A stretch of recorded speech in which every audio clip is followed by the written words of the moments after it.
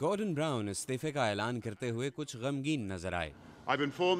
میں نے ملکہ کے سیکرٹری کو بتا دیا ہے کہ میں انہیں اپنا استعفیٰ پیش کرنا چاہتا ہوں۔ اگر ملکہ میرا استعفیٰ قبول کر لیتی ہیں تو میں انہیں مشورہ دوں گا کہ وہ اپوزیشن کے رہنما کو نئی حکومت بنانے کی دعوت دیں۔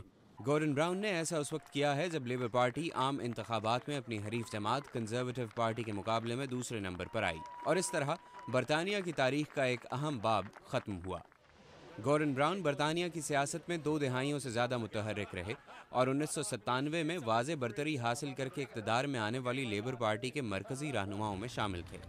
ٹونی بلیئر برطانیہ کے وزیر اعظم بنے اور گورڈن براؤن برطانوی نو آبادیوں کے چانسلر، اور 2007 میں طویل انتظار کے بعد براؤن پارٹی کے سربراہ بنے۔ It is with humility and it's with pride and it's with a great sense of duty. میں نہایت عاجزی سے اور فخر کے ساتھ اور ذمہ داری کے احساس کو سمجھتے ہوئے اپنی پارٹی کی سربراہی اور ملک کو بدلنے کی ذمہ داری قبول کرتا ہوں۔ شروع میں براؤن ایک مشہور لیڈر تھے، مگر اقتدار کے ذرا لمبے ہنی مون کے بعد عوام کی اکثریت کی رائے ان کے خلاف ہو گئی۔ رچرڈ وینن لندن کے کنگز کالج کے پروفیسر ہیں۔ وہ کہتے ہیں کہ گورڈن براؤن کبھی بھی ٹونی بلیئر کی شخصیت کے لمبے سائے سے ابھرنے کے قابل نہ تھے۔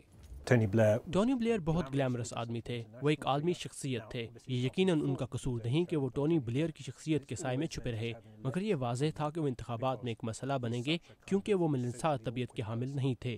وہ ٹی وی پر متاثر کن ثابت نہیں ہوتے تھے اور اپنی کابینہ کے افراد کے ساتھ ان کے اختلافات بہت واضح تھے۔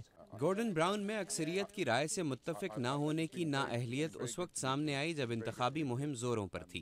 پارٹی کی ایک حامی نے امیگریشن مسائل پر ان کی رائے سے اختلاف کیا۔ مسٹر براؤن کا مائکروفون جانے کے لیے گاڑی میں بیٹھتے ہوئے بھی آن تھا۔